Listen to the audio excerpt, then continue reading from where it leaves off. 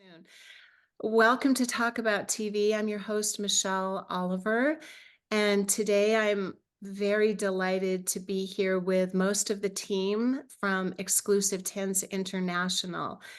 And we are here to talk about a topic that is trending everywhere right now, which is sustainability. And this is in relation to outdoor hospitality, whether it's glamping, luxury, dispersed hotel, whatever you are doing in this space. A lot of people are talking about sustainability. So welcome everyone from Exclusive Tense. So nice to have you here. Paul Hi, Michelle. Slaney and Anders and Zane. And this is a family business working all over the world globally. The world is your canvas, right? That's true. Yep. Yeah. So I wonder, Paul, if you would like to just start us off a little bit and give a little introduction to who you are and why do you even care about sustainability? Well, as you mentioned, we tent manufacturers and suppliers, the luxury end of the market, and we, as you mentioned, we're the family business. Been doing this since 2005 actually, and all of our background, the entire family is outdoor, minus nature conservation, but we all outdoorsmen. And the boys are literally sometimes in the week they're working from the desert, which is their back door, and I'm in the jungle, as you know. And the product, the boys grew up camping. My career, I was always out camping, so we all know tents, and we've lived it. I've been living in tents permanently for 11 years now. So we don't only just talk the talk, we walk the walk. We live our product, we live our passion, and the whole thing is how to immerse our product into the environment without harming the environment in the most sustainable way. And sustainability, as we all know, such a broad definition. It goes into all different things, but for us, a big part of that is with our product. That is the longevity, that you're not having to replace parts very often. So part of that is by extending life of the product, which we have doing. It makes it a more sustainable product. The footprint is light. It's a movable asset. I think I've said a mouthful so far. That's a great introduction. Yes. Yeah, there's if I could elaborate on one important point in regards to our company and why sustainability is is important to us and most of our customers, but us as a company, it's my dad doesn't like to talk too much about his history, but with his unique heritage in conservation as being a game ranger in the Kruger National Park in South Africa. He did that for 17 years, specializing in anti-poaching. Conservation is not just a motto we picked up because it was trendy. It's actually somewhat part of our heritage as a family, delineated down from our father, and in some ways from farther back than that. But it's just a unique genesis for us as far as actually making a real impact as our father being a game ranger and conservation being a foundation of that philosophy. And now we get to apply that through our products in some ways and kind of give back to nature as my father was originally. Yeah, so just to add to that is that but both the boys were born while I was in the national parks. Their formative years were growing up in the parks that on the back of my pickup as tiny kids on the back of the pickup with my field rangers. There's photos of Anders with a lion on the back of the truck. It was a lion that had died from mange. So their own roots go right back to. I'm sort of envious that they got to be born and grew up there. I was born up in a city, so their background is also unique. Yeah, and sorry, just one really quick thing.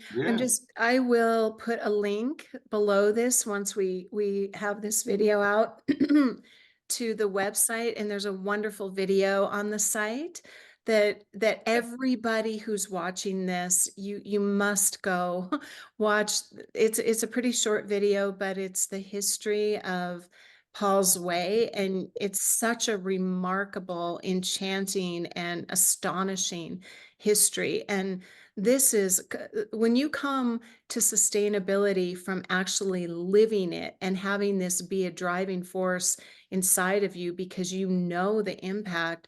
It's a completely different thing than throwing the word sustainability on a website, for marketing purposes. So go ahead, Randy. I'm sorry that I interrupted Oh, there. no, no, not at all. You know, what's really interesting, I think, and Paul, I've had the pleasure of knowing you for some time, and we've shared many an hour and many a tale over our mutual backgrounds and what have you. Here's what's interesting to me about exclusive tents and what you guys have built. There's a lot of manufacturers. I'm not trying to put anybody down here, but there's a lot of manufacturers who came in it from the reverse way. They started with a product and figured out how does that work in the world. You came from the world of Right. sustainability and natural. So when you did your product, it came from a place that was already respectful of nature and resources. So you kind of went the other way, right? You started with nature and came to accommodations versus being a manufacturer of accommodations and working it into nature. That to me is a very unique stance. Yeah, thanks, Randy. Yeah, it is. And getting back to what you said, Michelle, sorry, Randy, just to there's also on our YouTube channel, the exclusive tense one, there's an interview with Anders and myself, which is also an interesting thing. But yes, Randy, getting back to that, yes, it's uh, uh, you know, the boys and I were when we were had moved to the States, it was every weekend, or literally every weekend, out with the Jeep and our dog called Puppy and tents, and we went south of Tucson most of the time to a place called Park Canyon Lake where there was nobody. And so we do have a major passion for what we do. Yeah. It's evident in all you do. It's evident in all that you do. Can you guys talk a little bit about, we were talking just a couple of seconds before we came on here, a little bit about in the practice of what you do, kind of the best practices that you see that works around your tents that you try to advise your clients to bear in mind as they're integrating your product into their environment. Sure. Anders, you want to jump in? You and Zane? Yeah, sure. We kind of just start with a foundational advice on just generally land management. You could do that anywhere. That could be considered sustainable regardless of what environment you're in. You want to make the least possible impact or permanent impact on your environment from the get-go. So that's kind of a broad way that most people, if not all people, can participate in the sustainability, philosophy behind what is, glamping is what's rooted in glamping. So we kind of start with that as a base philosophy, and from that we kind of branch into saying, how can you incorporate that? Not only do you not want to impact the environment so heavily around you, the land, the trees, whatever natural assets you have, but how can you incorporate those into the experience that the structure is going to provide to your guests?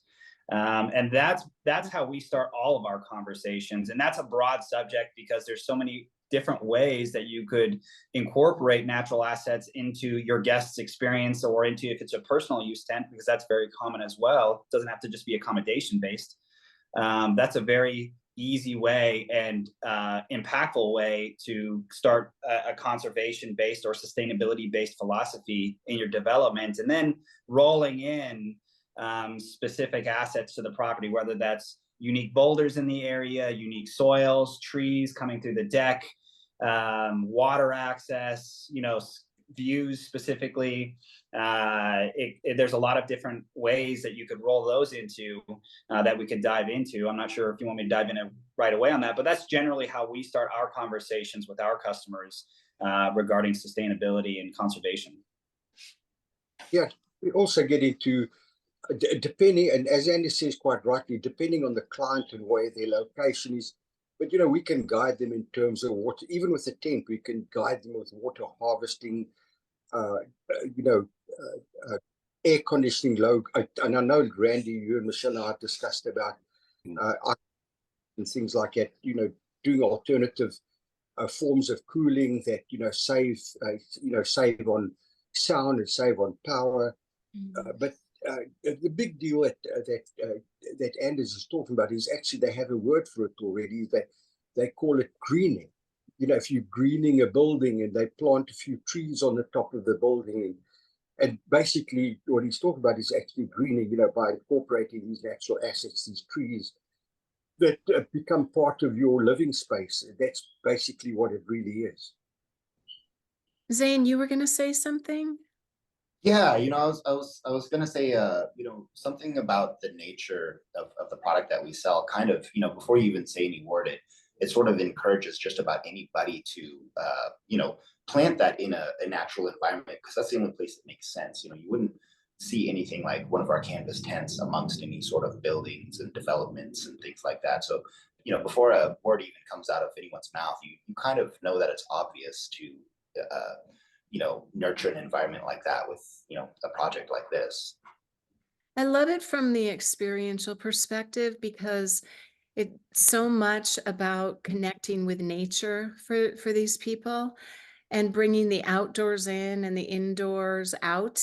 And you do a beautiful job of that by utilizing the decks outside. And when you're inside, you feel like you're outside, and you're outside, you feel like you're still luxuriating. So there's a real creative element to that as well that I see in your images and your videos. Yeah, absolutely. And I wish we could take all the credit for that, but we can't. Some of our clients, as we've stated in the past before, this is also encouragement through our amazing clients in the past. They've really pushed us. They come with these wild ideas to us, and we have to try and imagine with them and design with them on how do we achieve that goal. How do we design that tent to facilitate that sustainability or conservative based philosophy that they're kind of trying to echo in their project. So we do have a number of really notable projects out there that are very unique. And we do, now that we've kind of over the last 2 decades gotten our feet wet in the sustainability aspect and now rooted in it, we've had a lot of unique projects allowing us to become somewhat versed in the philosophies of sustainability. But there's a whole lot of products out there, regards to, enhancing that ability with the tents as well. Yeah, we had this guy a few years ago order a tent from us.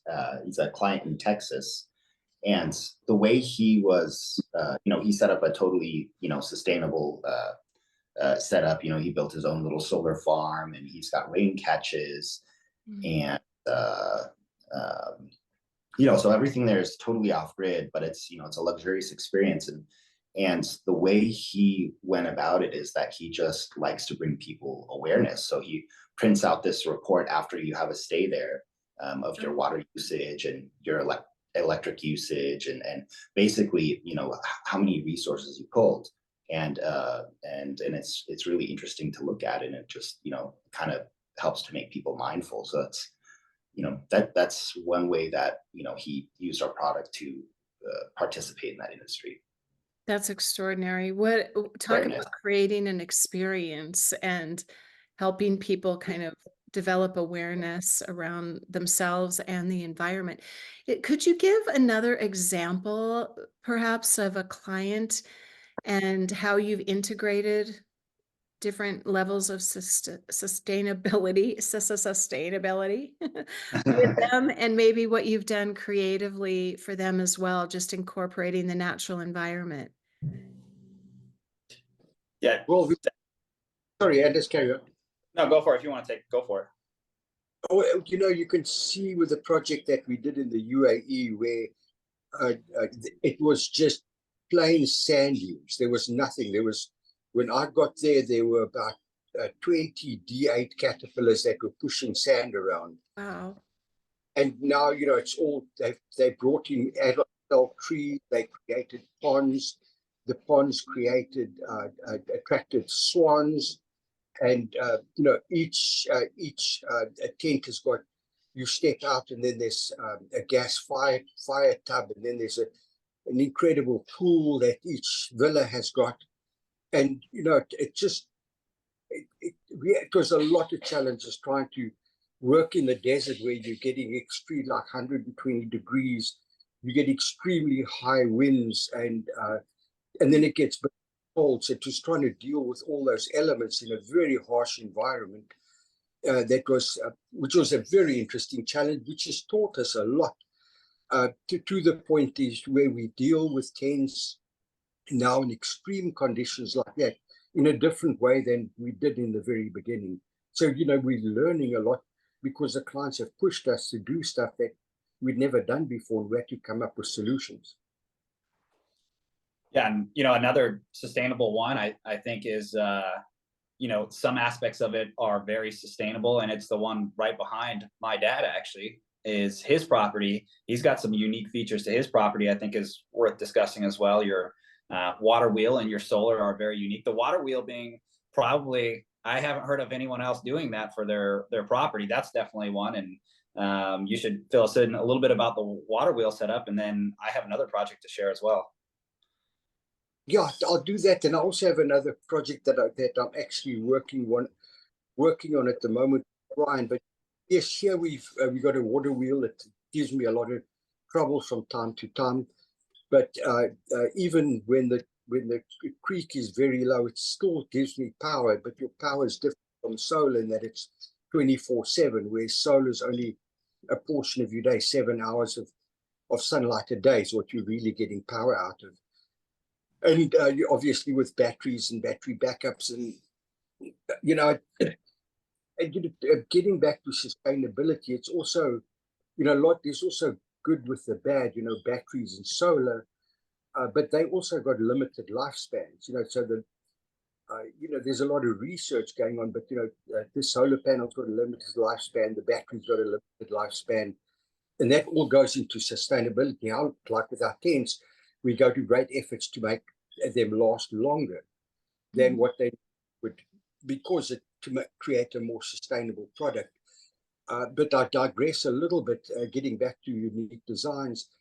Brian and I are working on with a client. One is actually a Zane's client on the East Coast, and the other's a fellow in Texas, where we're coming up with a design for a wedding tent, which is very, very challenging because we don't do wide span tents, and where everybody's got to need to see the wedding party. So it's been a very interesting challenge, and we're working between 4,000 and 5,000 square feet at the moment. But is going to be an interesting one, because it will, out of necessity, also integrate nature with the space that's going to be provided. Yeah, I think, go for it, Randy. Oh, no, go ahead. No, I was going to bring up just another interesting project, because these are all, coming to mind a little bit as we talk about it, and putting my dad back on the hot plate here for a second is, the Cambodia project with the floating tents. That was kind of a unique way that was kind of a unique sustainable approach to on tents and the forest and land use and trying to preserve. I know that project has evolved a little bit over the years, but I know that, Dad, you were in charge of that project. Fill us in a little bit about that. Yeah, that was a very interesting project. In that, and again, conservation. There's a lady, elderly lady by the name of Suwana Gortlet. She's directly related to one of our ex-presidents. I'm not sure which one. And she's been living in Cambodia for decades and decades. And she's got a massive wildlife and nature conservation program that she operates, and she protects the entire cardamom forests. Wow. She's got her own field ranges, and she was trying to bring awareness. And then this client of ours, who's a close friend today, he approached her and said, why don't we do something to attract tourists and then educate the tourists as to the protection of the cardamoms. And so she agreed, and she part-funded the project of the floating resort. And the challenges was, how do you, it's remote, it's very remote, and how do you build the platforms and how do you get there, because you've got to go there by boat. And so there just challenges building Wow. the platforms right off the side of the main road and then towing them down, and then even just getting the tents to the location was a massive challenge, because the original platforms were flexible. So whenever you walked on them, they kept on bending, and walking with like 8 or 9 Cambodians trying to carry a crate of tents, you know, on a Nuts. flexible. And then at one time, some of the tent frame rolled off down into the river, and you can't see the bottom, and it's about Oh, 22 deep over there. So they went and hired a diver, and they tied a rope around him with a stone to take him down as quickly as possible. my And gosh. but it's a very unique program, because he had to deal with a sewerage, and he came up with a really unique system dealing with sewerage. Power wasn't that much of an issue. He didn't have much access to the sun, so he had to use batteries and solar and generator, where he used the generator while the guests were away in the day to charge up the batteries, and then overnight the batteries ran the resort. And but he was a guy that also pushes the limits in terms of creativity and what you can do. He developed his own floating concrete, and he builds his floating concrete platforms in the water. And then, that's how creative this guy is. Wow. That's pretty amazing. Yes, your daily life, Paul. No, These are massive adventures. amazing guy, amazing customer, and yeah, that's with that. And I'm sure there are lots of other creative things. We're working on a project now where we've had to for Richard Branson, where we've had to convert a mule shed, and it's a big mule shed, into a restaurant, and that finished up today. It's next week it goes to the port, and then we're working on trying to find a solution to increase the accommodation at the same resort without changing the footprint. And so what we've done, a typical flat top buildings over there, and we're adding 2 extra accommodation on top of that structure. So we're not increasing the footprint, but we're adding extra rooms. Yeah, it kind of brings a question to mind for me. It's fascinating because you guys worked in some really exotic locations. You've got some stories that nobody else could probably even compete with. You've had unique solutions and all that sort of stuff. And in my very limited exposure, from my limited experience, what I'm used to would be something like, we've got 75 acres and we've got some trees and some undulations, and yes, there's a creek and whatnot. The first question is, how many units can I put in? So they might have a tendency to put in way too many because they're trying to make too much money, and they dilute the experience itself. That's one thing. The second thing is, from my experience, and this is not to say that everybody wants to pillage the earth, but a lot of people are not thinking about the sustainability thing at all. They're thinking about, I have this many acres, how many units can I place? So my question is, to what extent do you have most of your clients approach you and say, my first priority is Mother Earth? How many does it make sense to put here? Versus somebody saying, I'm not really thinking about Mother Earth. You better educate me on that because I don't know. Tell me what I should be doing. So to what extent do you kind of steer and say, it's not a good thing what you're contemplating here? When do you really kind of stand up and say, you can't really do what you're doing because, you know what I'm saying? Yeah, Carry on, Harry. yeah, it's a fine balance sometimes, right? Because you don't really want to poo-poo a client's idea, and if they put a lot of time and effort into it, and they present this big thing to you, and you're about to pitch to them that they're making potentially a bad decision, not just in the dilution of the experience, but also in maybe not having the most sustainable outlook on the situation. So it's a little bit tricky when we do that, but and from my personal experience, I've to answer question one is, well, how often do we get those clients? I would say more often, it's not as often, I guess, as everyone would like, that we get the customer that comes to us and says, listen, I'm trying to be super conservative and sustainable. Here's my ideas. That customer is not as common as I think we would all like, but it's very common to find a customer that's open-minded to it. And so it's part of our job in our community in the glamping industry to somewhat steward that philosophy and bring it to their attention. Say, hey, we're not pushy about it. We say, hey, these are some options. These are what some customers have done in the past. After looking at your plans and looking at your environment and doing some further research on it, here are some options you could consider. And then, generally I'll follow up with saying there is a reward ratio that takes place there because, Randy, you're right. At some point, clients are looking at their bottom dollar, and Right. in some sense, it's fair enough. That's fair enough. I mean, we all have to put food on our table and make our businesses grow. But there is a large growing community of people that will more likely support or stay as guests at locations that have sustainability, even if that's at a premium rate within reason.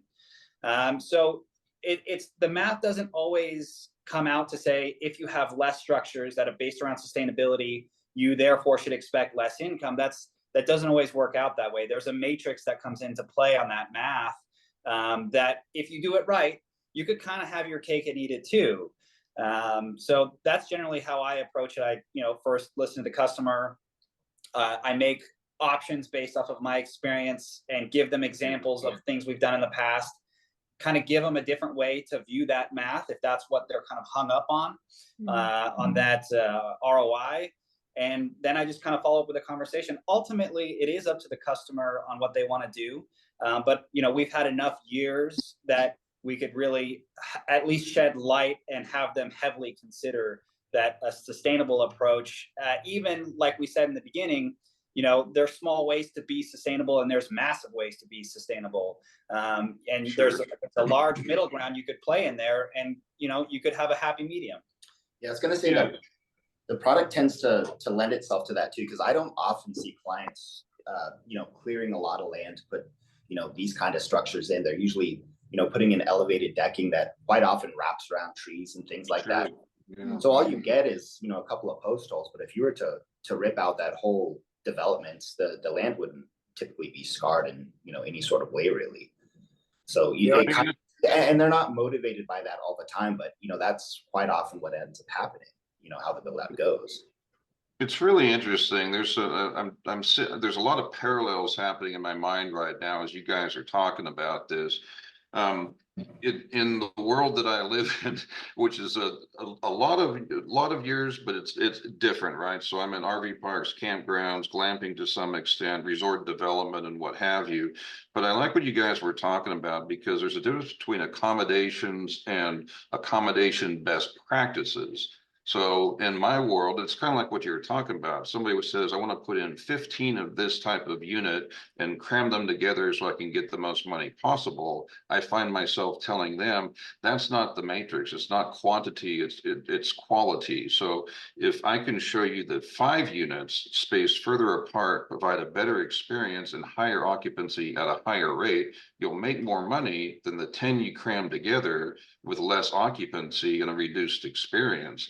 So it sounds like you do a lot of what Michelle and I do as well, which is kind of crafting the whole experience for the property. And like you, we also run into the thing where we have to say, that's not really the right way to go. I know why you want to do it, but let's design the right experience. And with you guys in particular, let's incorporate that into nature with good practices. And here's a few you should consider. I love the thoughtfulness and deliberation behind the way you guys go about this. And yeah, this is Yeah. sorry, this is one of the reasons that we are offering these just casual conversations on this topic to the Yeah. public, because largely it's a question of education and even knowing what to think about. These people who are developing, they have so much to think about and so much to learn that they didn't even realize they had to learn. So I think I want to hear whatever you were about to say, but also my question would be, what are just a few basic things that people should and could consider? Is it, I know that we were talking about anchoring units into the ground and, the kind of don't leave a trace perspective. So I'm sure there are a number of different things that people could think about when they're starting to develop or even expand a resort. Even Michelle, there are places now where, like Botswana, it's illegal in some of these concession areas to put concrete in the ground. You cannot put concrete in the ground at all. There was a moratorium that after a certain year uh, coming up, all concrete had to be removed from the. And there you come up with solutions like ground screws or ground augers that one can use to fix a platform to the ground. And all you do is unscrew it when you're finished and off you go. And it's like an oversized screw. So, we we find ways of meeting the challenges, whether they usually nothing's impossible to resolve. You just got to think about it and you'll figure out a way to make it work. Mhm. And but yes, but as Anders says, most of our clients, all we can do is guide them, and we guide them as best we can. But then going back to the sustainability thing, I think you were also asking about small things. You Mhm. know, it's not always about, some people, like you say, in your industry, that there's not much they can do. But then sustainability goes down to, I was talking to Anders about the other day, where let's buy your toiletries in bulk containers, and then you dispense them into glass containers, which are reusable. And then you've got some people that purify their own water. They add electrolytes and mineral water. That all under the ban of sustainability. That's just such a broad subject.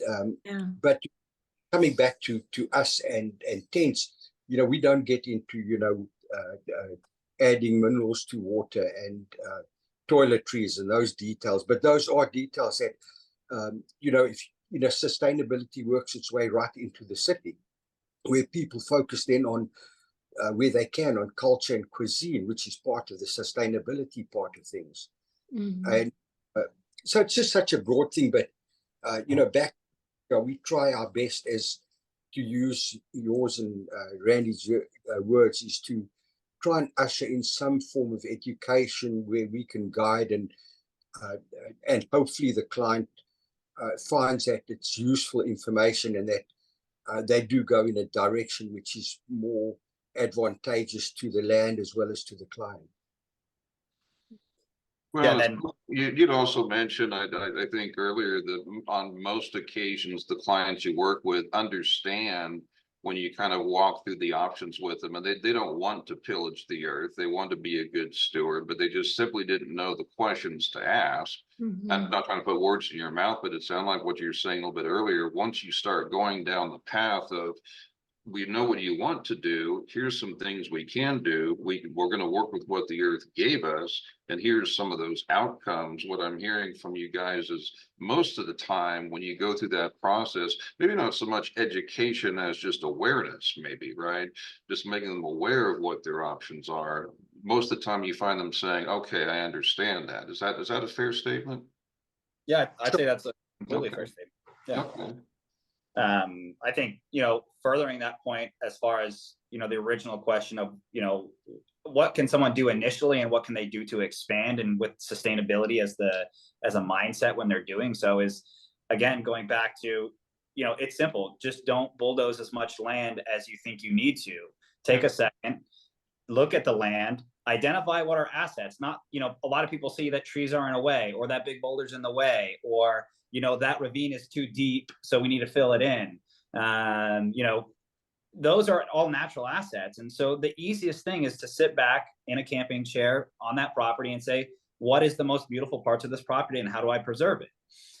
So that's 101, that's basics. And then on expansion, I just want to say out loud to everybody, it's never too late to join the party, right? You might have overly developed your property, but that's not to say that you should continue that philosophy. If you kind of look back and regret some of those developments, well, take a pause, get in contact with us or you guys or anyone else and say, listen, I'm interested in developing some tents or some glamping. My previous developments, we went a little hard in the paint and bulldozed some property here. What can we do to maybe even reverse or amend some of those damages? And going forward, what's some sustainability aspects we can focus on? And as Paul touched on earlier, there is energy, there's land, there's natural assets, there's culture, there's resources, water, all that stuff that you can kind of focus in on. But I encourage a lot of clients that we're kind of talking from the perspective of this said customer that's coming to us already has the land. There's a whole different ball game when it comes to picking your land in the first place and you haven't purchased it yet. Right.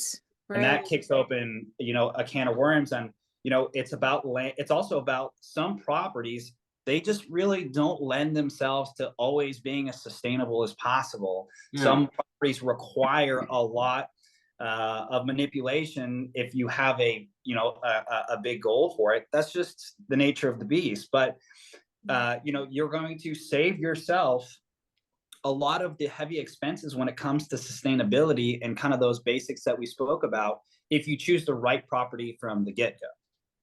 Right. That's really interesting. And there's something else. You guys are sparking so many questions, so I apologize here. But it's kind of interesting because Michelle and I have worked with a number of clients, and just over a whole lot of years, I've kind of seen a lot of the same thing. If somebody's contemplating a new development, it's almost like the accommodations happen down the line. So they start with, I've got the land and I want it to look like this. And then it's like, okay, let's find out what accommodations are available. My question would be, how early would you want to be involved in a development process? Because it sounds, as I'm listening to this, that you'd want to be on the front end of this to try to give them good advice on how to structure the land. So don't get too far down the rabbit hole until you say, let's back up to, if you're going to have this, let's bring them in early. Well, go ahead to that one. I got a follow-up question to that, if I may. Yeah. I mean, go for it, Dad. Yeah, Randy, it's true. And that's why we quite oftentimes we'll go and travel around the world and we'll do a site evaluation for a client before and have a look. But a prime example, we're working on a project with our architect, Patrice Bell, in the Sierra Nevada mountains of Spain, where it's very restrictive as to what you can do on the land. But he wants to build a very big resort, and it's got a lot of they limited on your footprint, and it's been very challenging because it's on tremendous slopes as it's in the mountains. And and so we had to get creative to make it work for them. And so normally one would dig into your mountainside to create a level area, to put a tent. But here what we've had to do because of the restrictions is that the back end of your tent just touches on the ground, and all the fore end everything is floating. Everything's cantilevered back down onto the ground to a very, and this is how and in fact, it's even got a swimming pool off that cantilever. Wow. Because it's so restrictive of space, the swimming pool has a deck in it that's on the bottom of the swimming pool. And when the pool is not in use, the deck comes up and looks like a deck. You can't see the swimming pool. Oh, wow. That's remarkable. And lower half of the deck or the whole deck. But that's where we come in, even with our architect ourselves, we go and do a site evaluation. Our partners just come back today from Zanzibar, went to go and do a site evaluation. And so, we like to be involved from the very beginning because it allows us to assess the property, the assets, the natural assets. It's one of the first things we look at. And then look at your slopes, your topography, all that stuff. Sorry, Randy, question 2 you had. Well, yeah, second question, or basically observation. Ruben Martinez, who we all know, he was recently called the godfather of glamping, and I can't disagree with that. He was on a podcast with Nick Perslow and Connor Schwab. And Ruben was talking about something that is really passionate for myself and for Michelle, and we talk about it often, and that's If you're going to be developing a resort, start with the team and the best team you can get. Don't try to go it alone. Don't try to say, I can figure it out. Maybe you can, maybe you can't. The odds are probably against you. Build the team with the right people. And I bring that up because when you're talking about developing a property, you've got 1,000 things to consider. And like I mentioned earlier, sometimes for people, the accommodations are secondary in the process where they should not be. So shout out to anybody thinking about developing a glamping resort out there. Consider exclusive tents early on with the accommodations as part of the design and layout and experience and aesthetic and the architecture and all that. What you guys are saying makes so much sense. I would want you on my development team from day one to say, what can I do? What ought I to do? What should I do? What's the responsible thing to do? You guys do a really incredible service in that regard. I don't know how many other people do that, but it's really resonating with me. So kudos. That's wasn't so much a question as a prompt and an observation. Yeah, me too. I mean, I think what I see is a lot of looping. Yeah, So people come in with their unique vision and they know nothing. They really know nothing and they think that it is everything. And then they learn and then they go backwards and then they go forwards a little bit further and then they come backwards. And then a lot of people, they can't sustain that. They drop out, they quit, you know? So having the team, I agree with you. So, I mean, what I've seen even over the last year, it's yeah. remarkable. And I could see that you could provide tremendous value up front, especially as people don't, again, we just don't know what we don't know. That's the And thing. sustainability, you could say, yes, we're a sustainable resort because we don't have plastic water bottles, you know, and that's one thing, and that's great, but it's one tiny little aspect of this. So yeah, Yeah, it's those are, Yeah. You got to know a lot to have a light touch on an environment, you know? yeah, yeah. yeah, that's a good way to put it. There's a lot to it, and even one step further, we understand that not everyone's going to choose tents. That's not always the option for people, and that's totally fine. But we've had clients that were talking to us, and whether they had decided or we had mutually decided that maybe that's not the best option for them for a number of reasons, we still stay in communication with those clients on those developments to help them through that type of philosophy of the sustainability, what options they have, what they should and shouldn't be doing in regards to conservation and land preservation and a number of other things. So we encourage, even if it's maybe not specifically tents you're interested in, you just want a place to go to, reach out to us, even if it's not tent related, and we're happy to have a conversation with anyone about it. Because that's stewarding and handing down that knowledge is really important to us, whether it's tent related or not. And also what's interesting sometimes is that it comes back to what you were saying, Rand, is where people haven't thought something through is we get sometimes, and I'm dealing with one right now where they've designed a whole resort as a hardship. And then for some reason, either it's too expensive, what it is, they never did their homework. And now they've come to us and say, listen, can you turn this into a tented resort where everything is back to front because it didn't lend itself to tents in the first place. And so this poor person has, spent a lot of money doing all the architectural drawings, all the 3D visuals, and now we're back to ground zero again. Yeah, exactly. And I think that happens much more often than is optimal, let's say. Yeah, Well, Oh, go there, ahead. Yeah. yeah, just commenting briefly on again what I heard. There's so many, and we've already known this for a long time about kind of the affinity and alliance with the way Paul thinks and Michelle and I think in our conversations, and with you guys today, learning more about you and your thoughts as well. You mentioned something a little bit earlier, just moments ago, that really struck me as well, which is you want to be good stewards. It's one of my favorite words about this industry, right? In this industry, people love to help one another. And if you have a bit of information that can be helpful to someone else, even if you don't materially benefit today, passing that along because it's in the best interest of the industry matters. You guys are doing that. You just mentioned it earlier, you know, even if it's not something that lends itself to tents, if you can pass along some information that's helpful. What Michelle and I feel that way very strongly as well. We know that if we're not the right solution for somebody, we'd sure rather give them a good recommendation for somebody who can. But that stewardship that you guys have and the feeling of responsibility almost for the industry and good practices to be helpful to people, I think that speaks to the moral character of what you guys are as a family and as a company. So I just want to say kudos for that. You know, that the benevolence of trying to be a good steward and be helpful to one another and uplift other businesses and helpful to the client comes from a good place in the heart, and that is to serve and to provide good products and good information. I think it's unfortunately it's kind of a rarity. There's a lot of great people who do it, so just props to you guys for that. That really resonates. Yeah, thank you No, for that. thank you so much.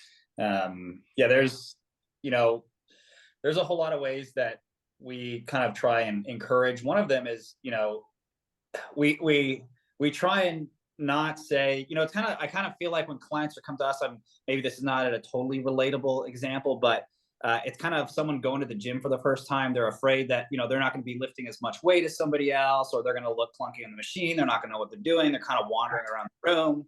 Right. And so that's kind of how I feel that some of the clients approach us as is, you know, are they going to look, you know, are they going to look uneducated or look dumb, or is their idea not good, or is it not sustainable enough, which is, you know, there's some browbeating that sometimes happens in the industry when you're not sustainable enough, and, you know, more sustainable than thou situation.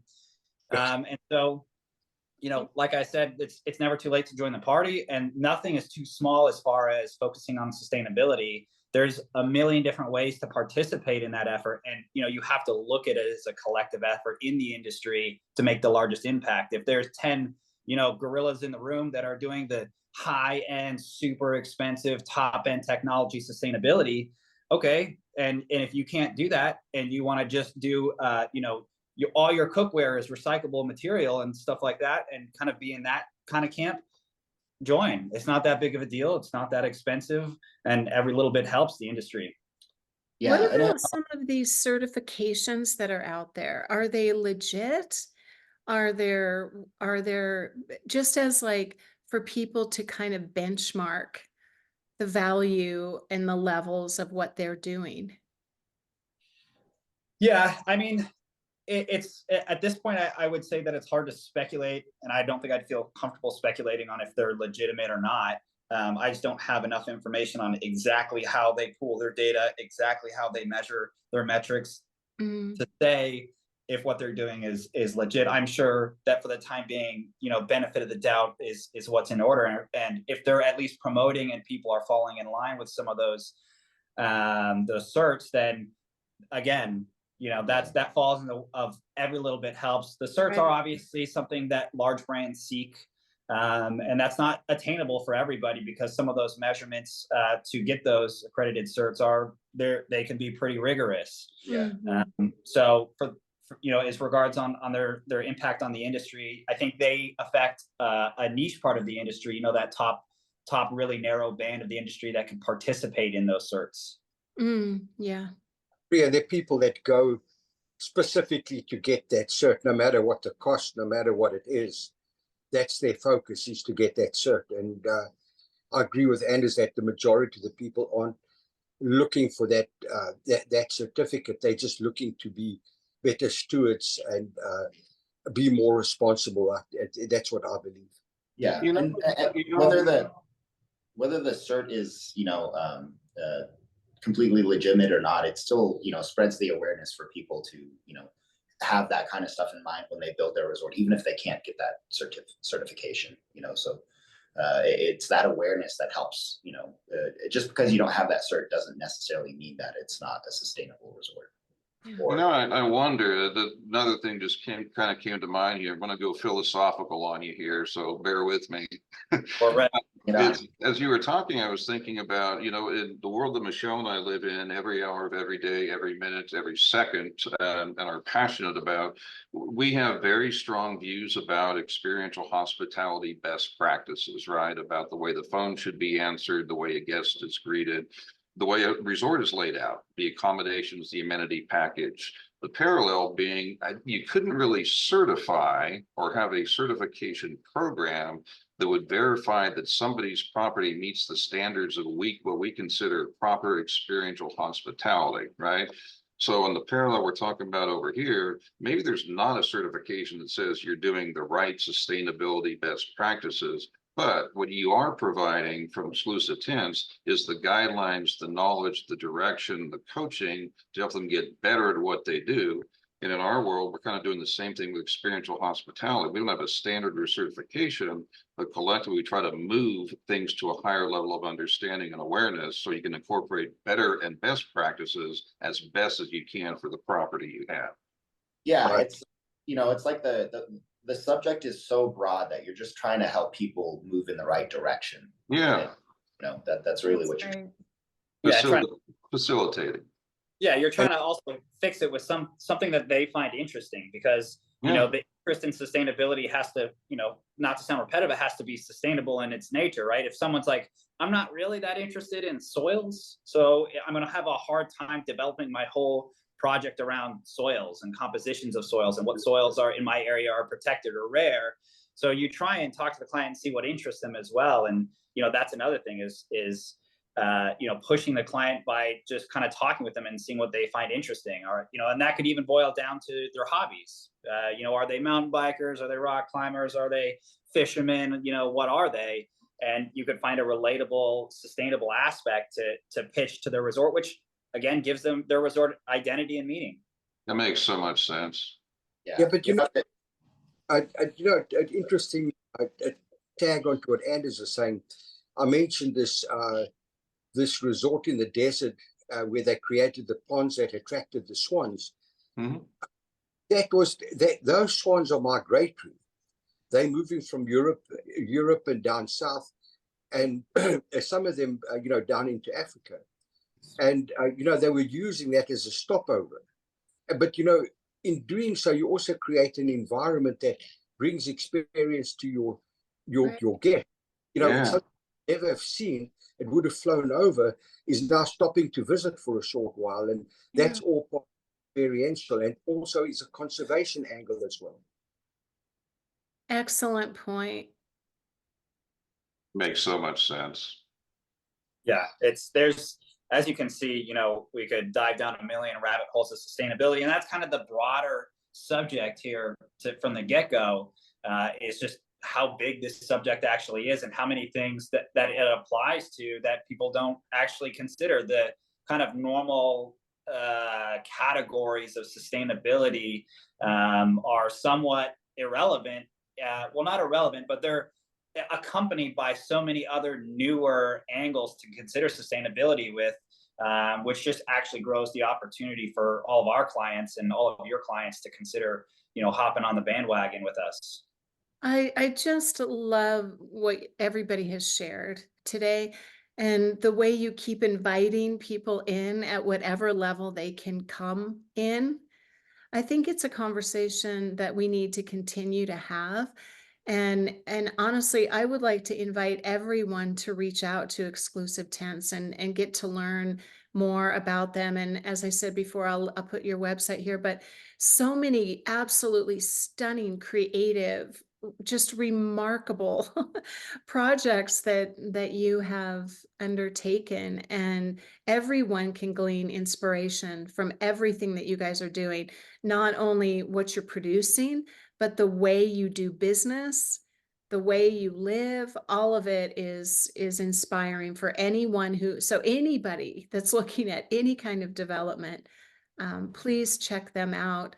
I'm very sorry to kind of cut us off here, and I'm going to invite you back again, but I think that for today we're going to have to say adieu. Do you have any final parting comments? No, I just wish everybody from my side, and I know from the boys as well, I wish everybody a really good Christmas and a good holiday season. And we wish you and Randy all the best for the new year, and that we get to work together on projects together in this coming year. And that, from me, is my message. Yeah, come and come and have a conversation with us just like this. Talk shop with us, and anyone can have this conversation with us, and you guys as well. I know that. Yeah, thank you guys so much for the time today. Really appreciate the opportunity. Last thing for me, real quick, it's an embarrassment of riches to know great people like you with the moral core and the direction and all the stuff that you do the right way, the way you do business, everything, the way you go about your business is just a wonder to behold. And we're grateful for the friendship with you guys. And as Paul said, a Merry Christmas to all. I hope you have a very blessed holiday season. All the best to you in the new year. Thank you, Thanks. Shane, Anders, Paul, Randy. This was wonderful. We will have to do it again in the new year. Absolutely. Okay.